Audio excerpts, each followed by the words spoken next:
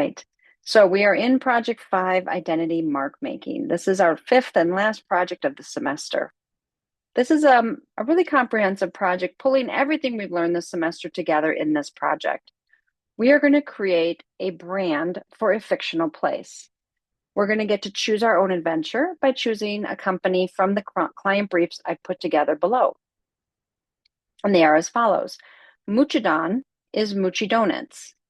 What this business is about is a donut that originated from Hawaii, which is a combination of American donuts and Japanese mochi. Our local shop features unique flavors of the mochi donut, which are made from rice flour, making the donut stretchy and chewy. Who is the audience?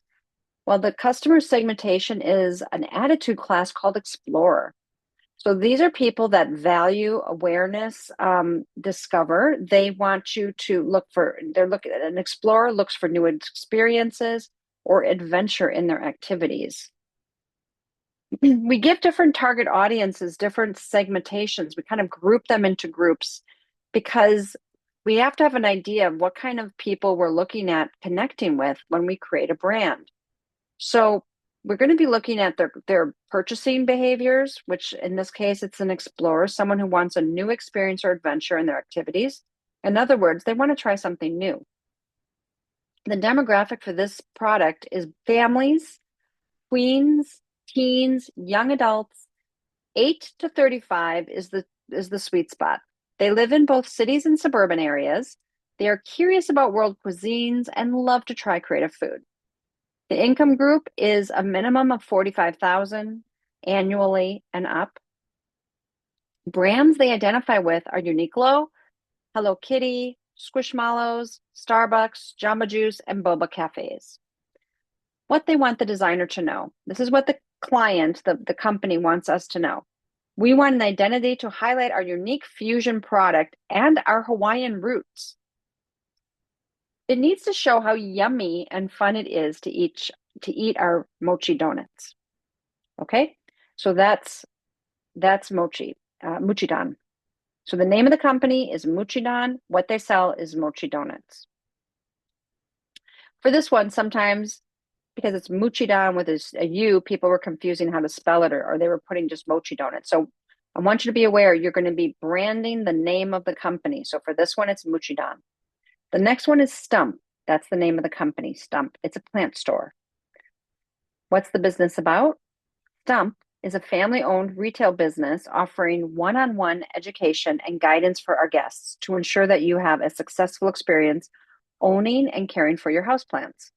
Our mission is to bring plants into people's lives through providing plant care, education, and thoughtfully designed products.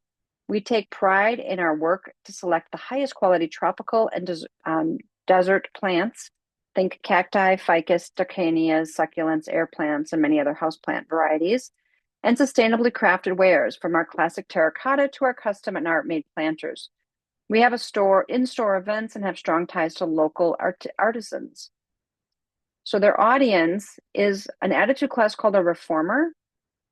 Their value awareness is enlightenment, meaning they have open opinion expression, participate for a better society, environment, need quality time for living. These are people that want to have a better world, live for their quality time. They want to be in a community setting. This is really young adults, 18 to 35. They live in urban areas. They refer to themselves as plant moms and dads. They are passionate about recycling and composting. They try to buy local and support small businesses. Their income group is 50,000 plus. The brands they identify with are Muji, Quince, Apple, Subaru, and Co-op food stores. What they want the designer to know is that we want our identity to be clean, modern, sustainable, and accessible to the community we live and work in. Right, but that's not all. We have some more. The next one is Vinyl Vault is the name of the company, and this is a record store.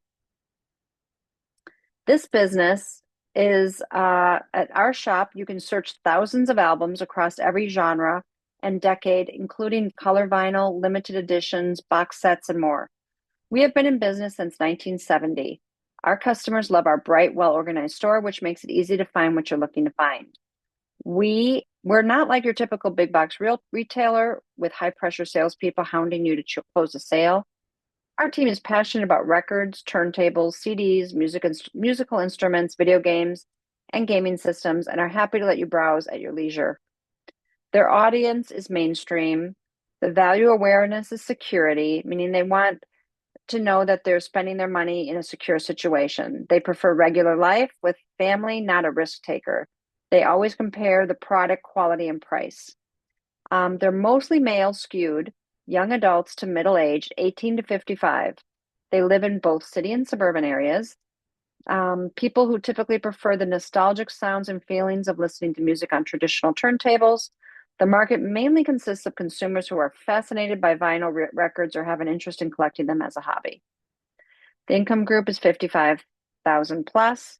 The brands they identify with are Sony, Google, Walmart, Amazon, eBay, Nike, Netflix. What they want the designer to know. We want our identity to reflect the legacy of our store being in business over 50 years and the personal attention we give our customers. All right, the next one is Game Universe. It's a board game store.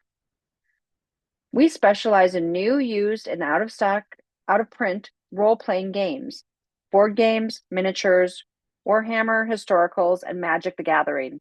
We host gaming events in our store as well as have customers try out our board games before they buy at our tables within our store. We love introducing folks to games that they will enjoy for years to come. The audience is an explorer. They are also a discoverer. They're looking for new experience or adventures in their activities.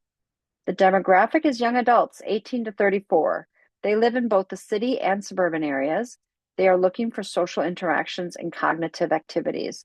They look for cafes that have board games to play. They also like playing cards with their friends and families. Their income group is 20,000 plus. The brands they identify with are Amazon, Target, Walmart, Hobbytown, Spotify, and Disney. What they want the designer to know, we are looking for our identity to include a sense of adventure. But wait, there's more. Food. More food. So here we have Ube Cafe, Ube Treats. What this business is about. Ube is crowned the 2024 Flavor of the Year, according to Tea House Gawa, a top 10 food and beverage manufacturer. Our restaurant is focusing on the Filipino purple yam ube. Ube-based desserts and drinks like ube crinkle cookies, ube truffles, ube butter bars, and ube-flavored beverages are featured alongside traditional Filipino treats like halo-halo. We are a celebration of flavors, a haven for community, and a canvas for culinary creativity. We bring you a unique culinary experience that pays homage to the vibrant culture of the Philippines while embracing the global influences that make our cuisine so special. So, who is the audience? The explorers and discoverers. They're looking for new experience or adventures in their activities. This is again for families, tweens, teens, young adults, 8 to 35. They live in both the city and suburban areas. They are curious about world cuisines and love to try creative food. The income group is 45,000 plus. The brands they identify with are Boba Cafes, H&M, Uniqlo, Bonachon, and Happy Lemon. What they want the designer to know, we are looking for identity to capture our simple mission, to bring the unique essence of ube to everyone we serve. And lastly, we have Cilantro, a Mexican-inspired food restaurant. Mexican and Latin-inspired food paired with delicious handcrafted drinks. Cilantro is a Latin-inspired kitchen, creating new and classic dishes with the flavors of Latin America.